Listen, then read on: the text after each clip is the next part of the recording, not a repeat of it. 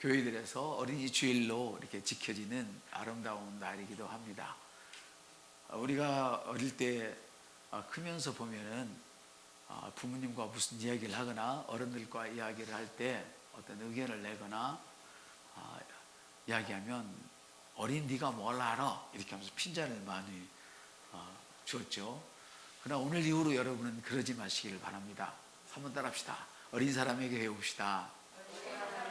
젊은 사람에게 배우십시다. 아멘. 한결같이 사람들이 이런 얘기를 합니다. 나이 든 사람들, 특별히 지식층에 있는 사람들은 한결같은 이야기가 핸드폰 사용이 너무 어렵답니다.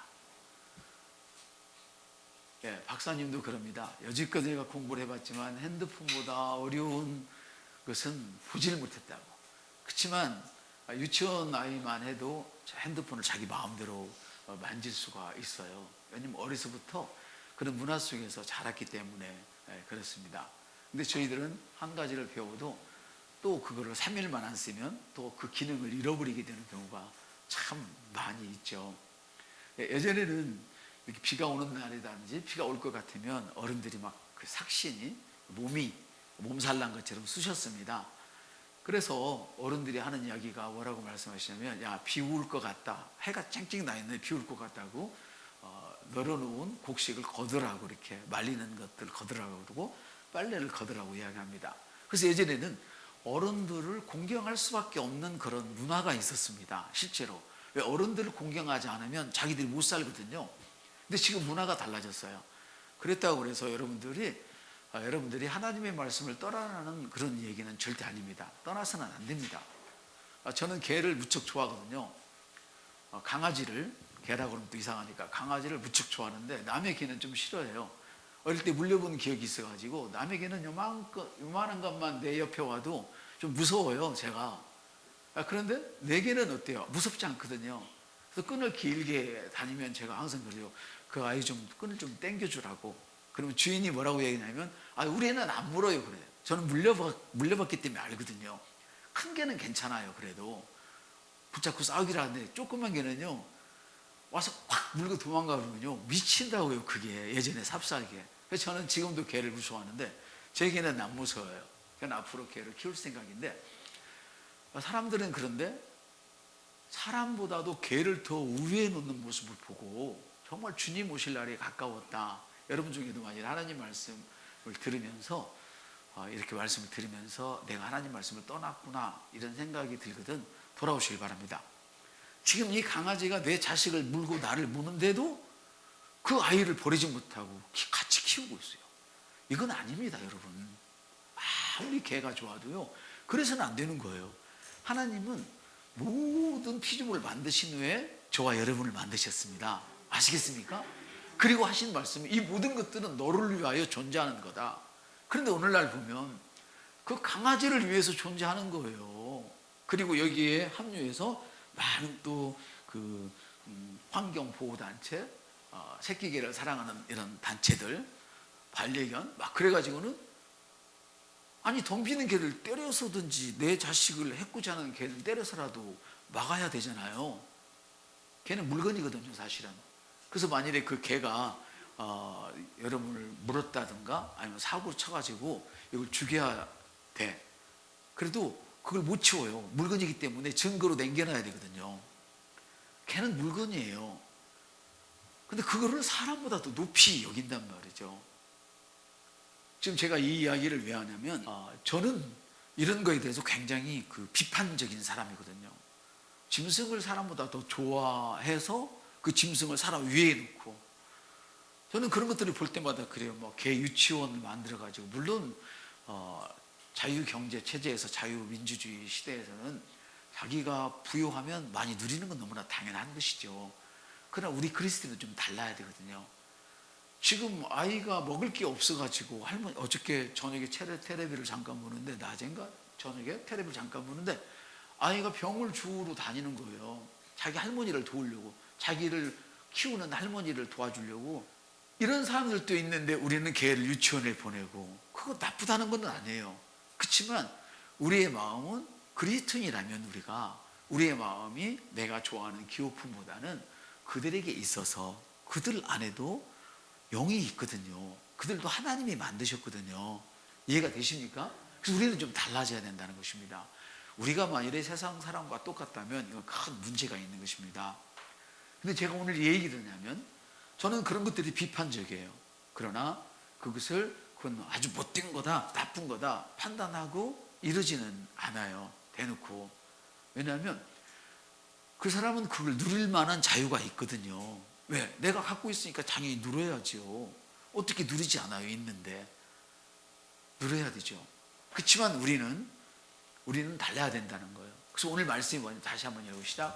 믿음이 연약한 자를 너희가 봤되 그의 의견을 비판하지 말아라. 저는 그 부분에 대해서 비판적이지만 그들과 만일에 대화를 한다면 너는 그건 잘못된 거야, 너는 그 새끼 개를 키우면 안 돼, 이런 걸 키우면 안 돼, 이렇게 말하지 않는단 말이에요. 다 받아들인단 말이에요. 그래서 저는 어떻게 하냐면 걔가 남의 개는 미워하지만 이쁜 건 사실이잖아요. 또 그래서 데리고 가면 참 그 녀석 잘생겼다, 여러분 나 해보세요. 참 그 녀석 잘생겼다, 예쁘게 키우세요. 저는 그렇게 얘기를 해요. 제가 이중적인 인격을 가져서가 아니라 제가 싫다고 그 사람이 좋아하는 거를 제가 반대할 필요는 없는 것이죠. 그러나 제 중심은 뭐냐면 제가 성숙한 예수 그리스도 안에서 성숙한 중심은 내가 내 기업품에 시간을 들이고 많은 것을 빼앗기기보다는 나와 함께 동료인 사람들을 도와주는 것이 나는 더 좋은 것이다, 나는 그런 생각을 가지고 있어요. 성숙한 생각을. 여러분도 아마 그런 줄 믿습니다. 오늘 본문은 연약한 자를 너희가 봤되 그 의견을 비판하지 말라고 말씀하십니다. 왜냐하면 어떤 사람은 그것을 받아들일 만한 믿음이 있죠. 2절에 보니까 모든 것을 먹을 만한 믿음이 있고 믿음이 연약한 자는 채소만 먹느니라, 이렇게 말씀을 하세요. 3절에 이어서 보면 먹는 자는 먹지 않는 자를 없인 여기지 말고 먹는 자는 먹는 자를 비판하지 말라 말씀하시는 거예요. 이게 뭐냐면 하나님이 개를 더 사랑하는 사람이든 사람을 더 많이 사랑해서 그를 돕는 사람이든 관계없이 다 사랑하신대요. 하나님이 그를 사랑하신대요. 그와 내가 다르다고 그래가지고 그를 미워서는 안 되는 것이죠. 누군가가 술을 좋아해서 그 기호식품으로 가지고 있더라도 저와 여러분은 그래서는 안 된다는 것을 알고 계시잖아요. 우리 그 믿음의 양심 가운데. 그렇지만 그들을 비판해서는 안 돼요. 왜냐하면 그가 술을 먹든 담배를 피우든 뭘 하든 그는 하나님이 받으신 사람이에요. 그는 내게 아니에요. 하나님 거예요. 따라합시다. 그분은 내게 아니고 하나님 겁니다. 근데 내게 아닌 걸 내가 간섭하면 안 된다는 것이죠. 할렐루야. 우리가 간섭할 사람이 딱 하나 있어요. 우리 자녀들은 간섭을 우리가 해주죠. 왜 간섭을 하냐면 내게라 간섭하는 것이 아니라 하나님이 그가 성숙할 때까지, 성인이 될 때까지 내게 그를 양육하도록 맡겨줬기 때문에 간섭을 해야 돼요. 그런데 또 오늘날에는 그것을 간섭하지 못하도록 법으로 만들어서, 성경에는 자녀가 잘못을 하면 초달을 해라, 회초리를 대라는 거예요. 몽둥이를 대라는 게 아니에요. 몽둥이를 대면 뼈가 부서지고 사람이 죽어요. 회초리를 대면 살은 터지지만 그가 인생을 사는데 아무 지장이 없어요. 도리어 그 회초리가 무서워서 좋은 일을 하게 된단 말이에요. 그런데 오늘날에는 선생님들도 제자들을 마음대로 못해요. 왜? 함부로 말을 하면 어떻게 돼요? 바로 전화해서 데려간단 말이에요. 참 세상에 큰일 났기는 큰일 났죠. 우리 4절 한번 읽겠습니다. 남의 하인을 비판하는 너는 누구냐? 그가 서 있는 것이나 넘어지는 것이나 자기 주인에게 있음에 그가 세움을 받으리라. 그를 세우는 권능이 주께 있음이라. 이게 중요한 거예요.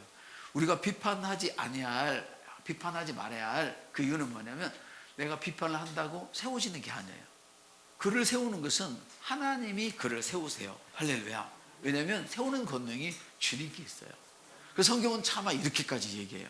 요즘 유행처럼 막 이혼이 번지고 정말 큰 유행처럼 결혼하기 전에 살아보고 결혼하자. 그래가지고 막 장모님 자식들도 거기 나와가지고 막 거기 텔레비에 나와가지고 막 우리 결혼하기 전에 살아봐, 이런 일들을 하는데 그건 정말 옳지 않은 것이지만 그거를 세우는 것은 주님이 세우는 거예요. 우리는 판단할 게 아니고 주님이 세우시도록 우리는 기도를 해야 되는 것이죠. 할렐루야.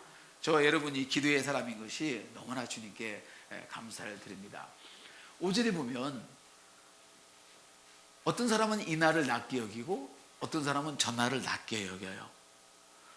여러분들은 그동안에 너무나 많은 세월 동안에 율법적인 것에 찌들어 있어가지고 주일을 안 지키면 다리몽둥이가 부러지고 막 사업이 안 되고, 우리는 이렇게 신앙생활을 배웠잖아요.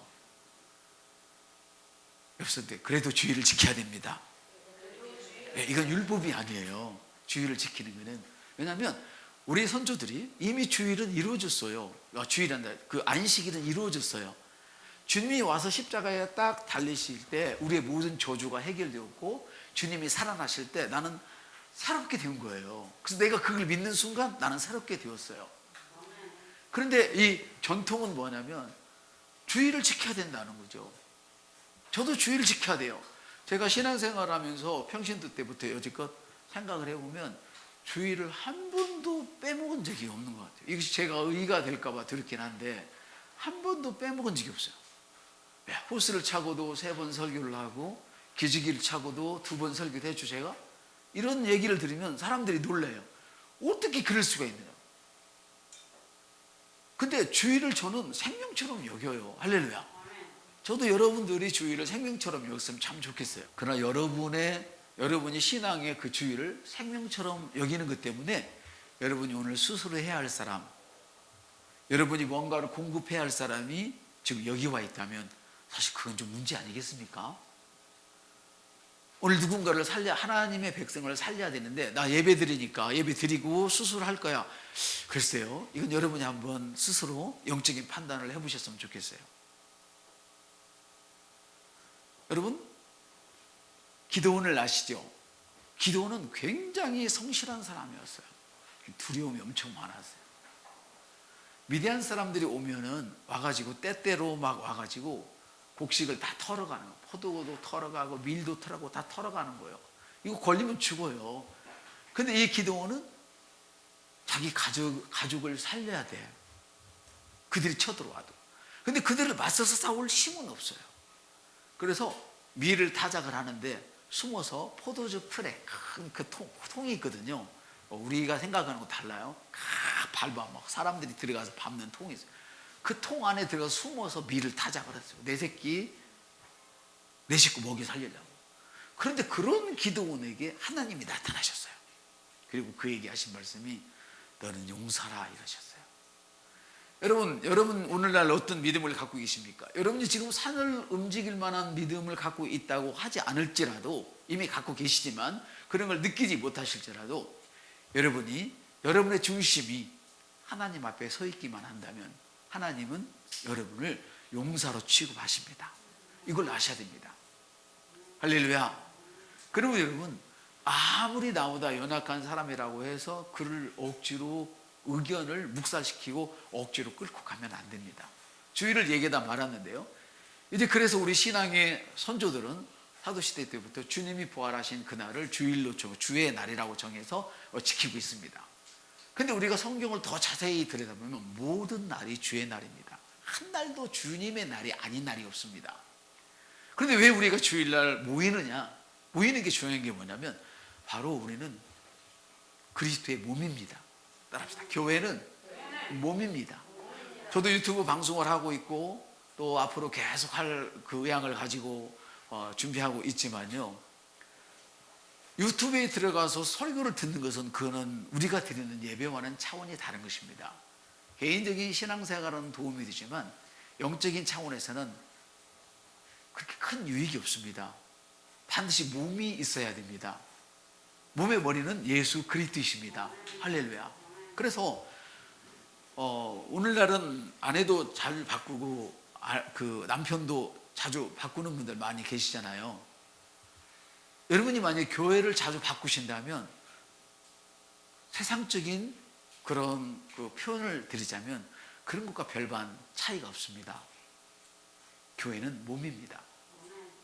그러나 많은 분들이 그런 것들을 배우지 않기 때문에 그냥 율법적인 그런 지도자들은 이 부분에 대해서 막 내가 갖고 있지 않고 저 사람이 잘하는 부분에 대해서 내가 모르니까 거기에 대해 비판을 하고, 또 저분들은 교회가 다야? 이런 교회를 모르니까 또 비판을 하게 되는 것이죠. 그러나 우리는 어떤 경우에도 내 생각은 가지고 있지만 비판을 해서는 안 된다는 것입니다. 할렐루야.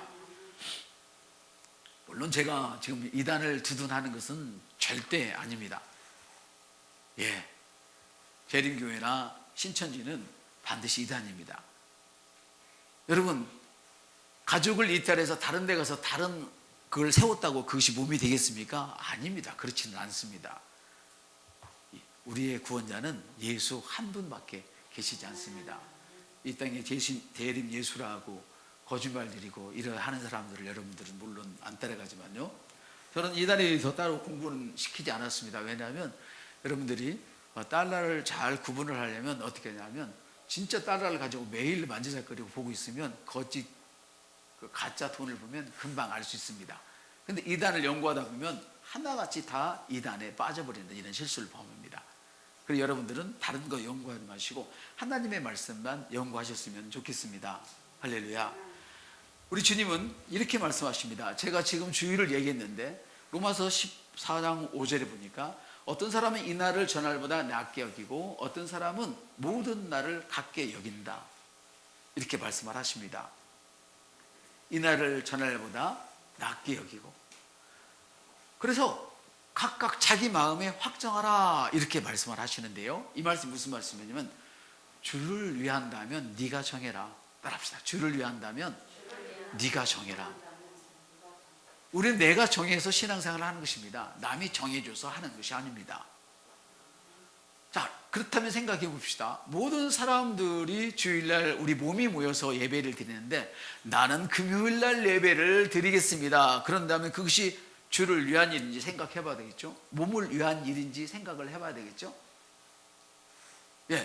내가 몸이 모이는 그때에 나의 사소한 일로, 사소한 일이라는 개인적인 걸 얘기하는 거예요. 몸은 이 몸 전체예요. 개인적인 일이라는 것은 지체를 말합니다. 손가락, 코, 귀.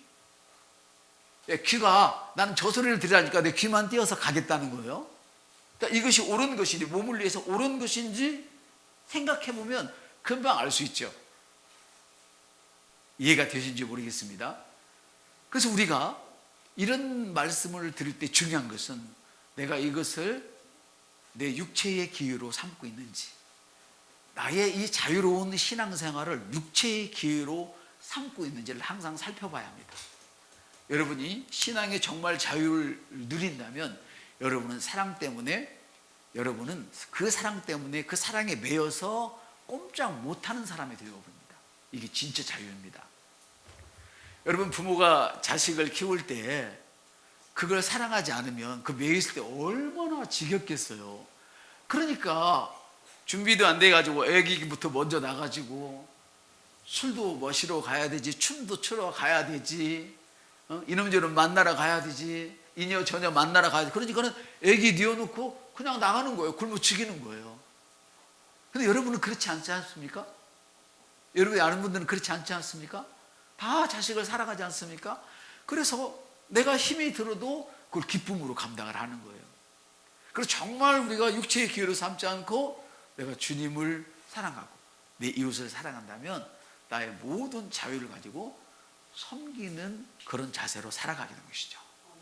그러나 많은 분들이 머리는 많이 가지고 있지만 가슴이 뜨겁지 못해서 영이 아직 혼이 변화되지 않아서 아직도 너희는 이 세대를 본받지 말고 마음을 새롭게 하여 변화를 받아 하나님이 기뻐하시고 선하시고 온전한 뜻이 무엇인지 분별하라. 그런데 아직도 나의 영적인 세계가 구더지로 돼 있어가지고 축축한 흙 속에 있으면서도 자기가 나비인 줄로 착각하는 분들이 계시죠.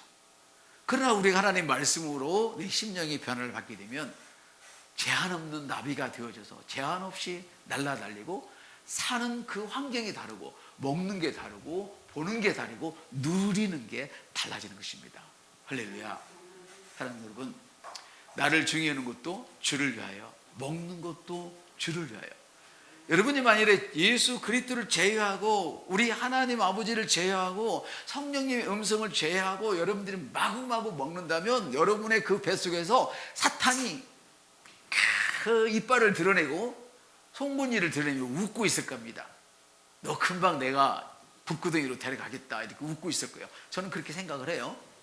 그런데 만일에 여러분들이 내가 먹어도 주를 위해서, 잠을 자도 주를 위해서 그런다면은 여러분이 먹을 때마다 여러분 안에서 성령님이 기뻐하실 저는 믿습니다. 왜냐하면 우리는 무엇을 먹든 마시든 주를 위해서 사는 사람입니다. 그러므로 여러분, 우리 자녀들에게도 주를 위해서, 오늘 주일날인데 어린이날이잖아요. 또 어린이 그 주일을 지키잖아요. 마음껏 즐길 수 있는 시간을 주었으면 좋겠다는 그런 생각이 들어요.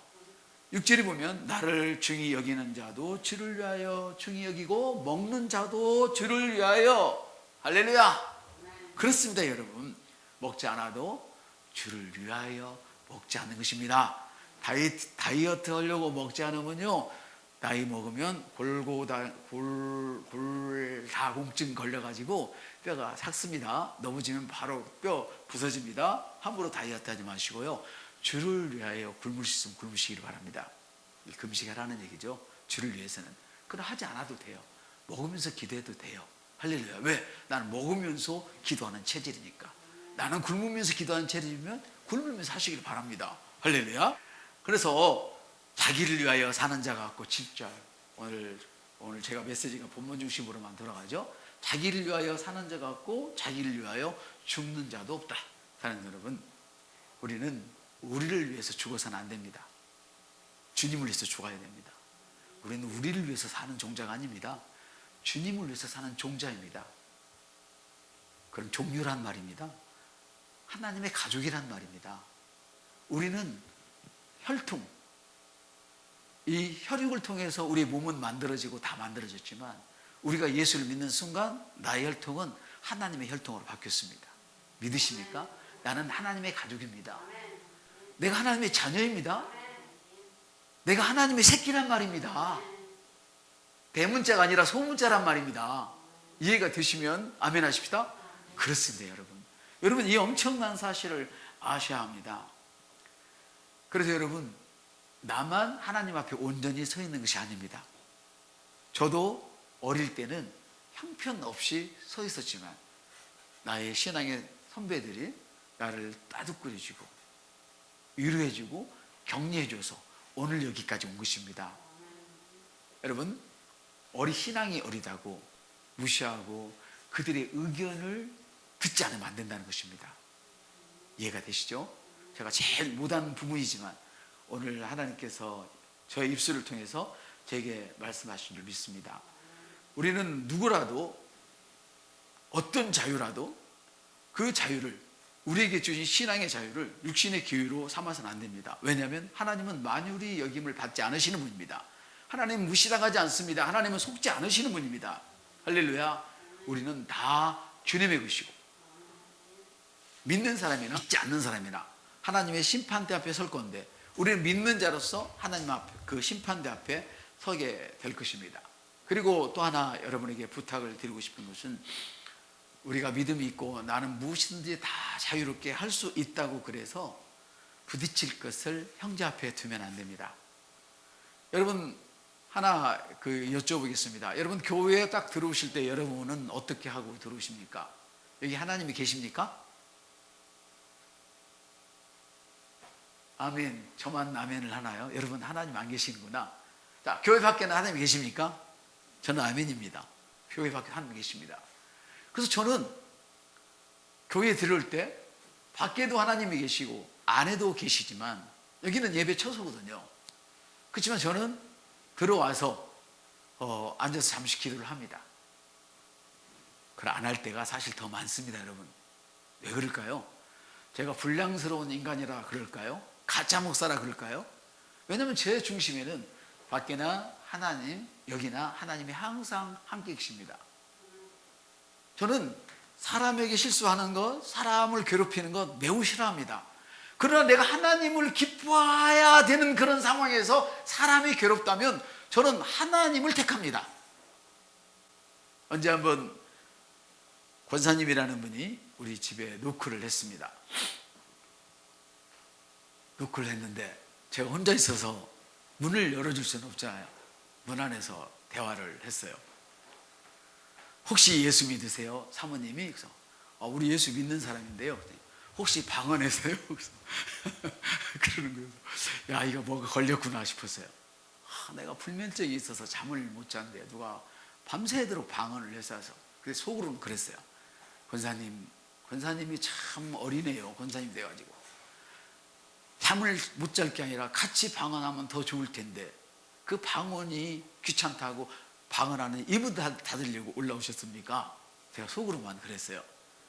우리는 기도 교회에서 크게 하지 집에서는 크게 안 씁니다. 그랬어요. 그랬더니 그러면 아무래도 11층에서 그랬나 봐요. 우리가 9층이거든요. 거기 가니까 거기도 권사님이라는데 기도를 한대요. 그래요. 제가 친구 목사님한테 이 얘기를 했어요.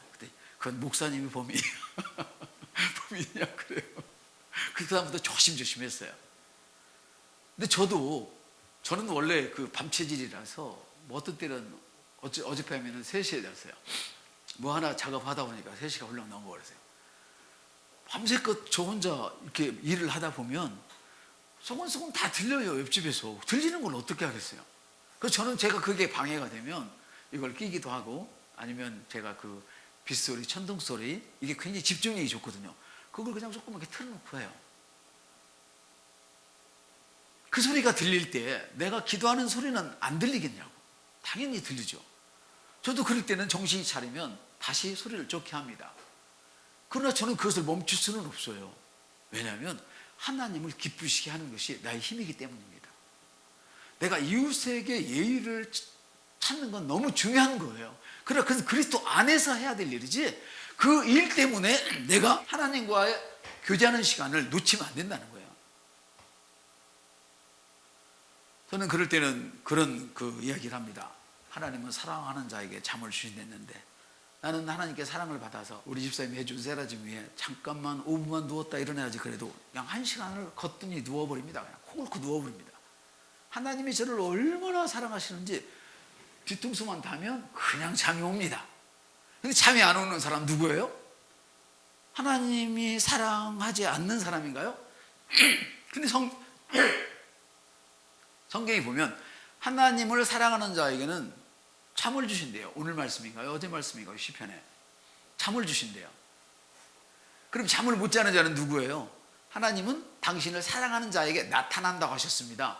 그러니까 내가 하나님을 사랑하니까 하나님이 나타나셔서 어떤 환경 속에서도 내가 푹 잘 수 있도록 도와주시는 겁니다. 할렐루야. 그러나 하나님을 사랑하지 않는 자는 하나님이 나타나는 것이 아니라 온갖 근심, 걱정, 염려가 나타나기 때문에 잠을 잘 수가 없는 것입니다. 불면증이 문제가 아니라 하나님을 사랑하지 않는 것이 문제입니다. 제가 그 사람은 잠을 자라고 조용히 해준다고 그 사람이 잠을 잘 수 있을까요? 그 사람 역시 잠 못 자요. 하나님을 사랑하면 잠을 자도록 되어 있습니다. 할렐루야. 사랑하는 여러분, 말씀을 마치겠습니다. 그렇다고 우리는 우리의 신앙생활을 위해서 이웃을 힘들게 해서는 안 된다는 것이 2절에 나와 있죠. 15장 2절에 같이 한번 읽으실까요? 찰씀 시작. 우리 각 사람이 이웃을 기쁘게 하되. 이웃이 잠 못 잔다면 잠자는 환경도 만들어주고, 이웃이 배고프다면 그를 도와야 되고, 이웃이 아프다면 그를 치료해야 되죠.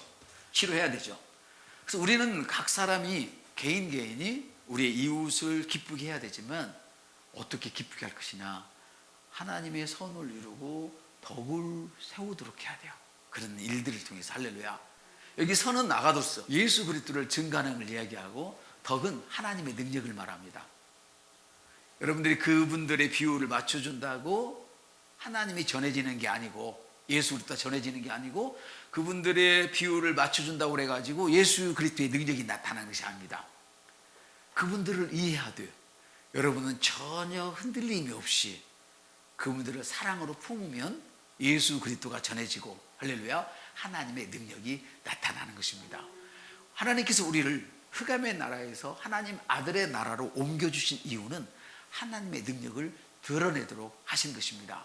오늘도 믿음이 연약한 자를 다 받으셔서 예수 그리스도를 증거하고 하나님의 능력을 나타내는 저와 여러분 되시기를 축복합니다.